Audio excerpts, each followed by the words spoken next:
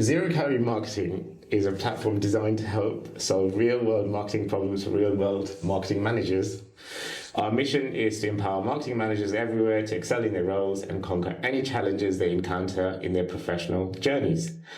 Our guest today is none other than the Managing Director of Steadfast Collective, Pete Heslop. Steadfast Collective exists to create community-driven digital applications. They're a small team of smart creatives who help grow businesses and create value, both economic and social. Welcome to the show, Pete. It's great to be here. Thank you for taking your time to come all the way from Southampton. Not Portsmouth. And I'm sure you've got a busy schedule, you've got loads of things happening. It's great to be here. When you're not running marathons and raising money for charity, you've got kids? I've got 2 kids. I've got a 4-year-old and a 5-month-old. Run the agency. I like running when my ankle is functioning. Life's good. And it's nice to be on this side of the podcast, not that side, because normally I'm the one struggling to get through intros. So it's nice to be this side. It's all clever editing, thanks to my editor. If you're watching, hello. Where's last week's edit? Needing it down. So look, Pete, what inspired you to start Steadfast Collective? Yeah, so as a young kid, I knew I wanted to build a business and I knew I wanted to build things. I just happened as a kid to fall into technology. So I grew up with a computer from a fairly young age, and then I got into being involved in forums, learning HTML on MySpace, and just kind of fell into web development. And that was kind of while I was at school. And for me, I just knew I wanted to build a business and I knew I wanted to build things. And the idea that I could build things without it costing money blew my mind. The fact that you can type some things in a keyboard and that's then worth money is amazing. I could have picked up sticks and become a carpenter, or bricks and become a bricklayer, but I decided to write code and become a developer. And after a brief encounter with working in theatre and live events, I then kind of swerved back in and went full-time into web development, and then we started Steadfast. I mean, I guess a good friend of mine's an electrician contractor, and he's got an amazing life, you know. So, or you know, a postman, you know, a dream career move, potentially.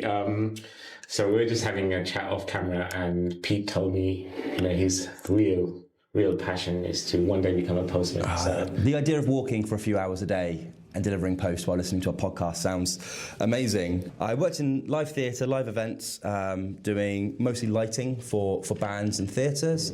And then I decided, you know what, I should get a real job that doesn't require me to work all of the unsociable hours of the day. So I became a kind of a full-time web development person, jumped jobs a few times, started an agency in my evenings, went full-time. I then sold that agency, went travelling, came back, started Steadfast. Wow. So me and my wife run it together, and essentially we wanted it to be a place where we can build really great software, and that's what I wanted. I wanted, to build somewhere where we got a chance to build really great software, and I quite quickly came off of development and I joke that I used to be a developer and now my job is meetings, which is entirely true.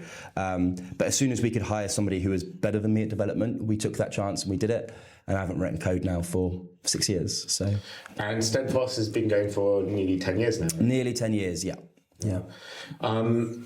Firstly, you know, why community? Yes. How did you stumble upon that? Yeah. Like, yes, you may have had a passion for it because of your time when you were experimenting with communities, maybe getting involved with it. Yeah. How did you find this kind of commercial angle that you could make a living out of it? That's a really good question. So there's a pandemic, small mental health breakdown in the middle, like I think most people had. Yeah. And then I was chatting to our kind of non-exec director and a few agency friends. And I said, look, this is becoming less fun. How do I make this something which we really enjoy running? And we kind of separated our clients, and we worked out the ones that we were really enjoying working with, the ones that were building membership organizations and communities. And we said, you know what, that is fun, because for our developers, it's generally complex stuff. We're not just building websites for your local butchers, we're building really complex platforms. And for us, we see the impact both social and economic for those folk. So whether it's a community of cross-stitchers or a community of vets, whatever it is, we see the impact that community has. So for the last 2-3 years, I've been diving headfirst into the world of community, learning about what makes community managers tick, what their problems are, what their challenges are. And I think it kind of links a little bit back to my time in theatre, where I used to really thrive off everybody in the room having this shared experience, and now we're just building those, but online, and I love it. You clearly have a passion for this. Yeah. What are the biggest challenges that community builders face today? Mm-hmm. So for community managers, often what they're struggling with is they are unbelievable generalists. So they're so great at doing so many different things that often the day-to-day gets them kind of stuck into a bit of a loop. A bit like running a business. There's so many tiny little things to do. Sometimes you've got to block time in your calendar to step back and be like, what's the actual point of what we're doing? Sometimes you've just got to take yourself off to a cabin in the woods or, somewhere where there's not work. The other thing as well is it kind of falls under marketing and operations. Community in most organizations falls under marketing, but it kind of touches all departments. Community managers aren't great at proving their value. They can be like, look, we made this beautiful community. Say you run a wine merchant, you might build a beautiful community around it where there's wine tasting happening, there's an online community, people are really all about your brand. But unless you are proving that that community aligns with the business aims are, may it's grow revenue by 10%, unless you can actually prove that, you're going to really struggle. So I really encourage community managers we work with is to, what are the actual statistics your boss cares about, and how can you deliver on those, as well as building somewhere beautiful?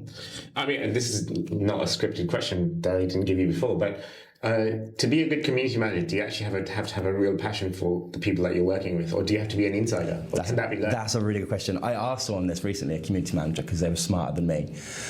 I think you need to have the desire to have the passion for it. So you could run a community of bricklayers. Doesn't mean you need to be a bricklayer or know anything about bricklaying, but you are going to need to be able to learn how to speak their language, learn what their needs are. You're going to need to be good at adapting to that environment. If you can do that, then you'll be fine.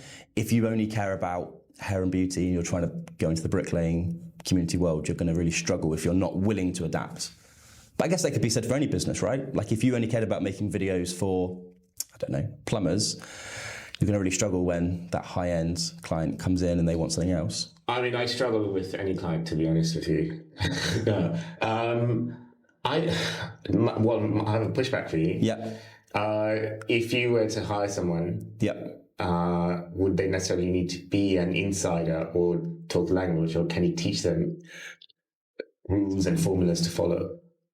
I just think they need to have the desire to learn and the desire to become part of that place. For instance, we don't require that our developers that we hire have a passion about community, but I want to see that they could have a passion for, building these community platforms. It's a little bit like, I always find it funny when someone says, oh, can you build us a community platform in the fintech space? And have you done it before?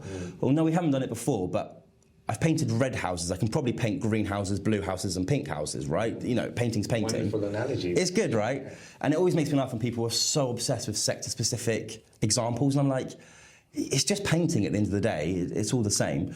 So, yeah.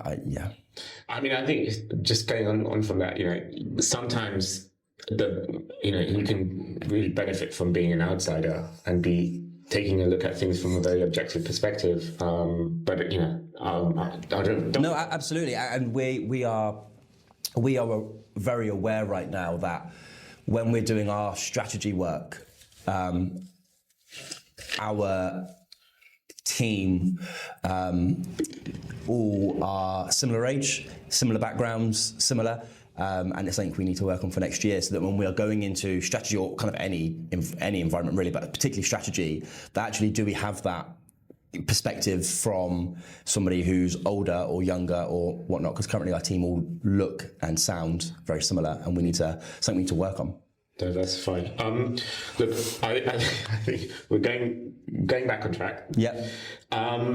What are some of the most successful communities that your company has helped to build? Yeah, that's fun. So we've got a wide range of clients, and it's funny because probably a little bit like yourself, when you are working with a client for a long period of time, you really start to understand their niche. So we worked with the vet industry, the caravan industry, the cross-stitch industry, and then a bunch of others. But those three I know way too much about. So Love It, Stitch It's a really great example. So Sally started Caterpillar Cross Stitch, which is a UK's now leading cross-stitch retailer online. She started it during her maternity leave from her legal career, which is fun. Oh, wow. Yeah, and she started it, she had a real passion for it, she built it, they've now got a great team. And she realised there was kind of a gap in the market where she wanted to grow out her community. So we built Love It, Stitch It, where you could upload a picture of your cat, you could turn that into a cross-stitch design. Oh, wow. But then you can sell that on a marketplace like Etsy. Oh, so we've built that whole marketplace where you as a cross-stitch designer can actually turn your designs into cash. So that's the sort of fun stuff we get to build. Well, I mean, I guess you kind of, I don't think you can even write a brief for something like this. Did it just become kind of develop organically? Yeah, she knew what she wanted to do in terms of the designer online, but then we helped her expand it out and grew it. And that's just a really fun example. We work with, the National Caravan Council, helping them with their asset registry stuff. And yeah, no, it's fun. I mean, this is another question. Is it better to have 1,000 followers versus 100 super engaged community? That is a great question. So the current VP of community at Reddit, she says that there's the 99-1 rule, that out of 100 people in your community, 90 will be kind of observing, 9 will be engaging, and 1 will be creating content. So on those ratios, no, I'd rather have the 100 really engaged folk, because it would take a lot more folk to get past the 100 engaged folk. For me, it's all about, if you can make your customers and your observers advocates flying the flag for you, they kind of become your marketing department, and they become folk who will feed back into your product and do all of those kind of great things. So it's all about kind of letting people in, and how do you make those people feel really special so they're not just customers, but actually they're part of a wider thing. Because especially when you're running a smaller business, we can only do so much. So how do we empower our clients and our wider community to fly the flag for us? It's almost like having, like we were talking just before we started filming, a lot of our customers come in through word of mouth. 100%. And you cannot pay someone to actually be saying good things about you. That kind of thing comes in naturally, and it's so much more authentic. You cannot manufacture it, which is a frustrating thing if you're running a small business. But it's interesting because it's almost like, if someone's had a really, really good experience with your product or service or your company, they are likely to tell other people and recommend you to others who are like them. So I don't have the stat in front of me, but it's in the book we wrote. A number of Gen Z do not trust ads at all. So referrals and the idea of micro communities and really niche influencers are so important. It blows my mind, but it also makes perfect sense that a really niche influencer of maybe just a few thousand followers can still have a massive impact on a sales trend, because if those couple of thousand people who are following them are really engaged and trust everything they say, it's going to have more impact than a random ad on the tube or flowing it down the Thames. So it's true. I mean, not that I'm a micro influencer. Whereas if there are any companies that want to sponsor this particular podcast, then people do listen to what I say on LinkedIn. I'm sure. Definitely, yeah, always. I don't know if you get this, actually. This is really off topic. I put something on LinkedIn, and even people who are really close, good friends of mine, but I saw you on LinkedIn, and I'm like, why do you need like it? Or why do you need to, they're like, it kind of, the visibility comes across. So the other day I was at this event, and they were like, I was there too, and I'm going to go back again. And I saw it on LinkedIn. I was like, why the hell didn't you say anything? So yeah. So there are like these, I don't have that many, I have, 4,000 followers or something on LinkedIn, or friends or connections. And the amount of people who actually go to take the time to actually press the like button or comment is very, very small. But I know that people are listening to me or watching me, because when I see them, they're like, oh, I saw you on LinkedIn the other day. You probably get this as well. I think you said that to me. No, for sure. You might post a LinkedIn video, it might get 400 or 500 views. imagine if that was a room of people and you were talking to 400 or 500 people, that 2-minute clip or whatever it was, that's a huge amount of people you've just spoken to. What I also love about LinkedIn video content is the fact that when you then walk in a room, somebody does recognise you. It breaks the ice. I was at a dinner the other day of community managers, and I was sat quite far away from this lady. She didn't see me sit at the table, and then she just went, I think I can hear Pete. I've never met him, but I'm pretty sure he's here. Looked around, and I was like, oh yeah, hi, nice to meet you. And I have this thing, and I think you probably do as well, where people are like, oh, I've been following you. It feels like I know you, even though we'd never interacted before. I think this was at one of the agency events that we went to, where someone just came up to me and said, oh, I've been watching and reading your stuff online. I just want to say hello. I was like, oh, it was like a fan moment for me. When someone says to me, oh, I see your stuff on LinkedIn all the time, I just go, I'm really sorry for you. I just apologise and just move on with the conversation. No, but the thing is, you're right. If someone said to you, hey, Pete, you can talk to 4,000 people a week, all you have to do is create good content and something that people resonate with. And regularly. And, whereas if you physically had to go and talk to 4,000 people, You try getting a speaking gig in front of 4,000 people. It's hard enough getting a speaking gig in front of 40 people. So, it's hard enough getting a speaking gig with my family, to be honest. You blocked on the family WhatsApp. I don't even know if there's a WhatsApp. Oh, there is. It's just, it hasn't got you in it. They're just like, keep him out of it. So, what advice would you give to someone who's just starting out in community building? That's a really good question. So, firstly, start. Through our report we wrote, we know that 74% of consumers who have access to an online community feel more valued as part of their brand, which is a way higher number than I expected. So 74%. And for me, starting isn't rocket science. It's just loads of effort. That's what I keep telling people. Like, this isn't rocket science. It's just effort. Someone I look up to, Rosie, she again inputted into the book, she said you need to build an MVC, so a minimal viable community. So what does that look like? What's the smallest version of a community you could build? And for me, it's probably around a table. So what would it look like if you were like, okay, of everybody who's ever interacted with the business, I'm going to build a community out of that. You're going to focus on the folk who are most engaged. Go to somewhere nice in London, book a table for 12 people, invite them along. That is the start of your community. And for me, I think tables is the answer to that first step of building that community. So your job is then just to facilitate the conversation, make sure everyone's getting loads of value, meeting each other. And then you go, okay, fab. We've now had this interaction. I'm going to run these twice a year or a few times a year.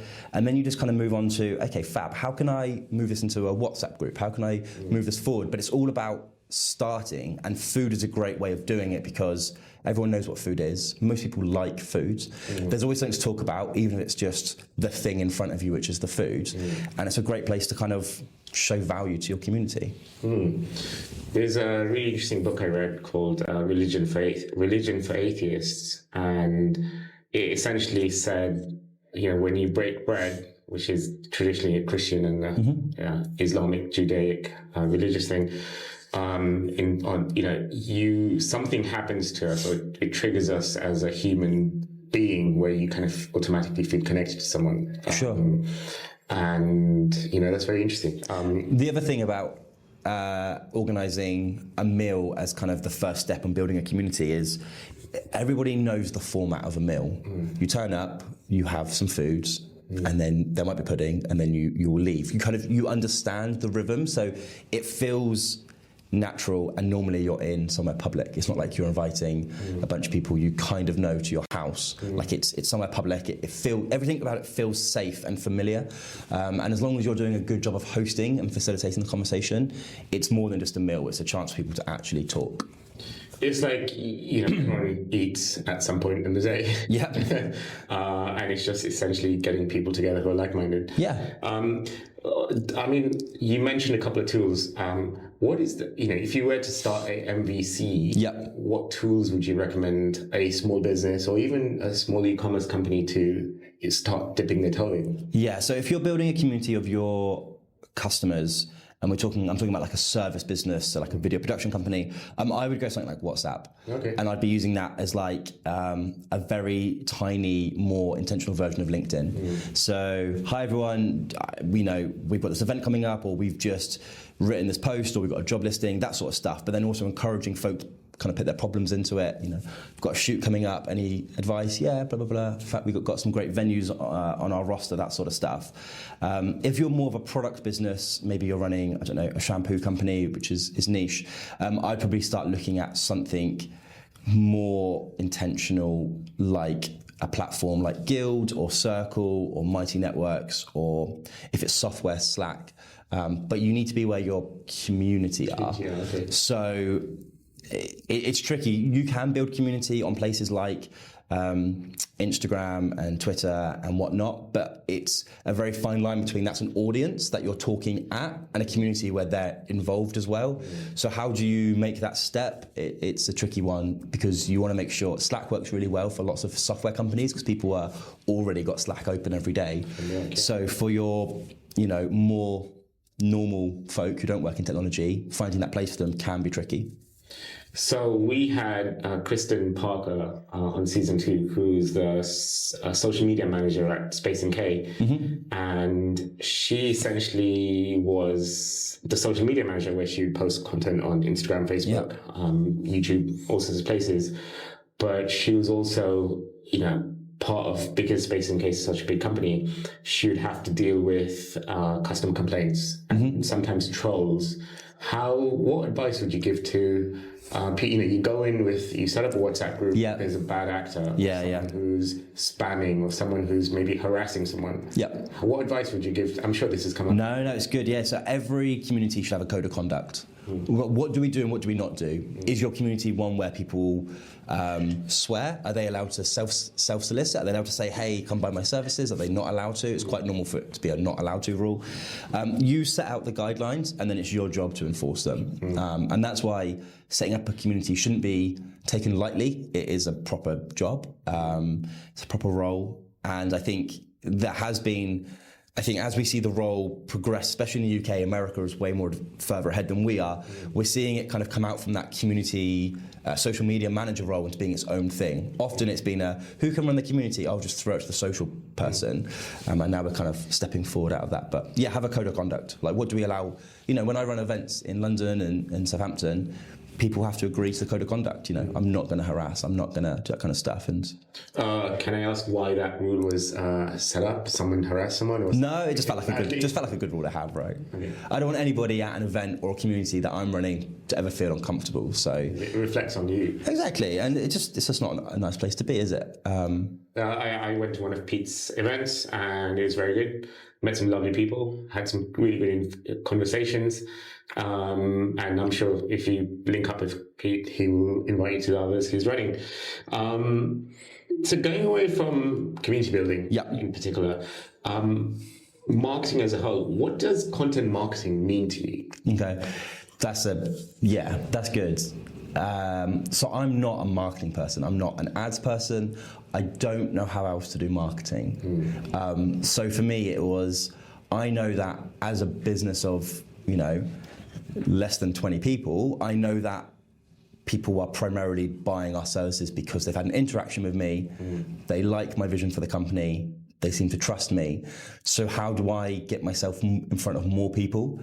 And for me, the easiest way of doing that was to make video content and allow the team to then kind of run with it, because I might record a podcast for 20 minutes or half an hour, and then that thing vanishes away to the editors, comes back, and I've got 3 pieces of video content, an audio podcast, a blog post, a bunch of social clips. It's the quickest, most efficient way of me making a bunch of content, and that's just kind of what we fell into and it's what seems to be working. I wouldn't know. I mean, we do run really small ad campaigns on Google, but I don't really know what I'm doing. I mean, I think having seen your content online and having interacted with your posts, I mean, you clearly know what you're talking about, and I think that's the value I get from when I see the content that you create. It's quite well shot, actually. Thank you. I know we spoke off camera about camera gear and all that kind of stuff, mics. So going away from this, where do you see, essentially, we, because of our day jobs, interact with B2B marketing managers, marketing folk on a day-to-day basis. What are you seeing what trends are you seeing when you're talking to your B2B marketers in the wild? For me, I'm going to change the question a little bit. I'm really enjoying behind the scenes content. I think it's fantastic for building community. I think it's great for letting people know that your brand, doesn't matter how big it is real and is human. I really like it when people just film what they're doing around London, like a day in the life stuff, a day in the life of an office, that sort of stuff, because it just shows that human element. It doesn't have to be highly polished. There's definitely time and space for, get the big camera out, do the proper thing, but sometimes just grab an iPhone, grab a GoPro, show us what you're doing, setting up an event, that sort of stuff, because it just shows humans, It's real. And it's easy, like it should be easy. Like anybody who is competent in IT and has a bit of a personality can do that. And I think it's this thing where, when we work with some pretty big companies, we sometimes advise them to maybe kind of take some real images, because we were working with one makeup brand and we did some tests where we put out a very, very polished ad versus something that was created on an iPhone. And the one, especially because of makeup brand, women wanted to see, or their consumers wanted to see how it would look like in a real person. Of course, yeah. It wasn't like, the airbrushed version. It was, there were some blemishes in the skin and, there were some imperfections, but that made it more real. Yeah. It'd be bizarre if all of the Instagram influencers grabbed a cinema camera and, full studio lights. You'd be like, this is clearly an ad. This isn't just a thing you're talking about on the cuff because you like it. This is something clearly an ad that you've scripted, you're being paid for, and it just feels disingenuous to the brand. And I guess it goes back to the community of, this kind of trust element where, do you trust what you're seeing? And, most people know they've got their bullshit detector in terms of, this is someone's paying you to say this shit, isn't it? And that kind of thing. 2024 is coming around the corner. It's close. What should marketing managers be thinking about? So for me, it would be about, so many marketing managers and CMOs I meet are doing such a great job of building their audience wherever it is, and really engaging with them. How do you move them up the chain to be from folk who are just about participating to the ones who are actually creating the content, who are flying the flag, who are self-organized, who don't have to wait for an email from you to go to the website. They're actually just checking the website because they're excited about what you're next releasing. How do you move people up that chain to becoming advocates, and how do you keep hold of those advocates and create a special place where they feel that they're getting value, as well as providing value back to you? Cool. That would be mine.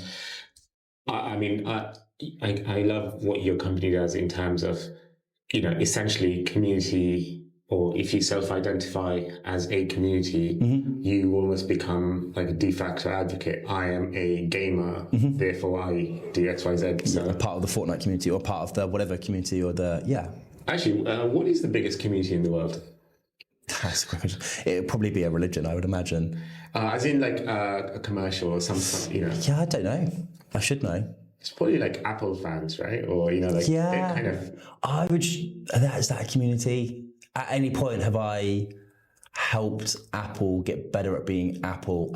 I wouldn't say that I'm part of the Apple community. I'd say that I'm part of their audience, and I spend way too much money there. I don't know. Probably a gaming community. There's probably something like Minecraft. Xbox Live or Minecraft or something like that, where people are really invested in that and actually... Yeah, probably. I don't know. That's a great question. Just came out to my head. Yeah. It's not one we work on, I know that. You will? Not yet. No. Not yet.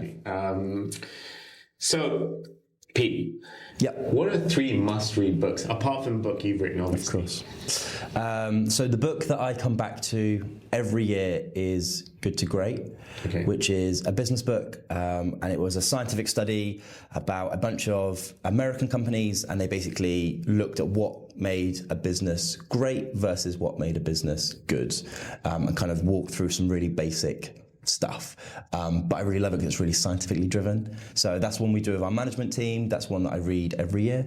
So that's a great one. Another book would be what is on my list, The Business of Belonging. So that's by David Spinks. So that's the concept of like why it's a good idea to have a community around your brand and your product. So that's more aimed at building community.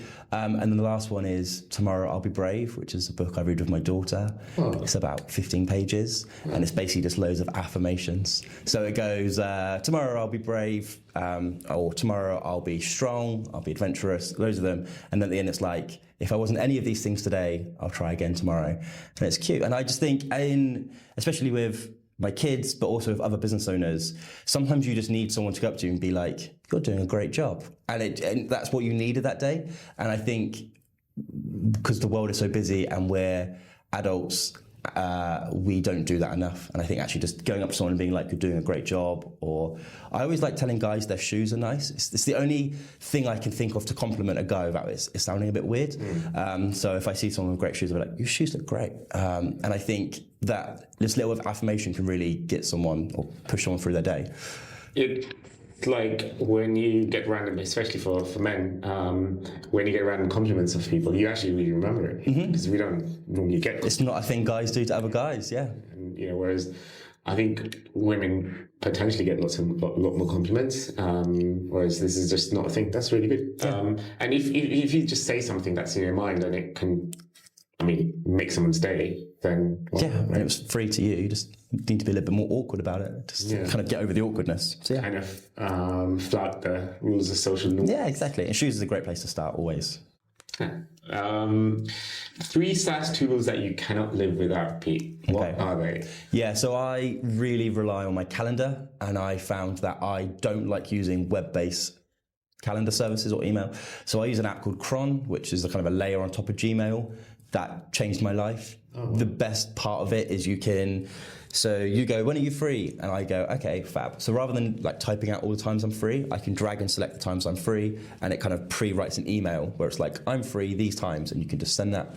That's a game changer. My life is in Google Docs. Yeah.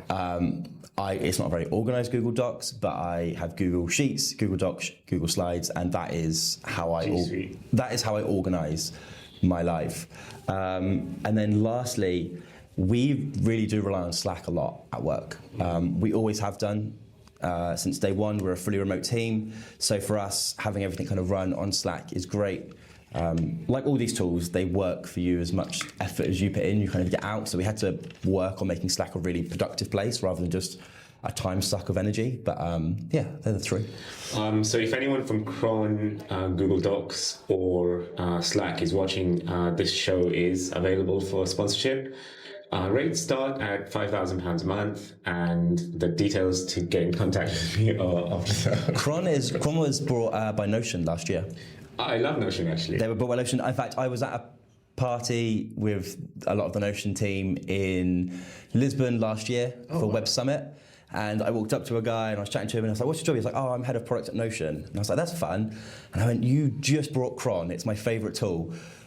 Please don't break it, or just stop running it. And it was like, we've heard this a lot. Like, there's such a bad history of companies buying other software and just ignoring it. But Microsoft, Google, and all the time. Notion is like on Google Chrome and other browsers as well. I guess you can do set homepage. So that's one of the things I do, and it's like my go-to. So I love that. I will check out Cron. Yeah, no, it's great. This looks really good. I know we kind of ummed and ahed about this question, but who are the people that you follow online, or maybe even like who inspire you from your readings or things you do? So other than yourself, obviously, Suggs. So Rosie Sherry is one of kind of the original online community builders. She Ever since I got into the kind of the community space, she's been very gracious with her time. She runs a community of community managers called Rosieland. Wow. She runs retreats, and she just writes fantastic content around community. She was involved in the book. She's been on the podcast. She's just a great human. And what I really love about her work is it's really backed up because the fact she's been there and done it, and she's just got a resource for everything. So I'm part of the Rosieland community. So we were talking earlier about needing a code of conduct. I didn't write that. I went to her community, found all of the example code of conducts, took one, edited it, and made it fit for us. So if I needed a framework for community growth or community strategy, she's probably already written it, and I can just take it from there and use it as I need. So, what was the person's name? Rosie Sherry from Rosieland is the name of her community. Cool. Well, if you're in community and you want to discover more, follow Pete, obviously, and then follow Rosie. Rosie. Yeah. So, obviously this is a marketing-focused podcast. Yeah. What advice would you give to marketing managers that and learnings that you've gained from the years of being Steadfast Collective? You're all doing great jobs. Your job is really hard. Working in marketing, your job is changing all the time. And I think marketing managers are doing a fantastic job of building their profile, building their audiences, all of those kind of things. I would just say make sure that what you're running, whether it's a campaign or whether it's kind of wider marketing, whatever department you're in, make sure that it's all pointing to community and on a platform that you own. Because if you are, say, you're kind of going all out, you're running all these campaigns, and you've put all your eggs in the Facebook ads market, or you've put all your eggs in building out this amazing mailing list, you don't really own any of those things. So how can you build community and how can you build loyalty on a platform you own? We only need to see folk who have built massive platforms on Twitter to see that that's become a dumpster fire and now that's kind of worthless. So how do you build something for the greater good?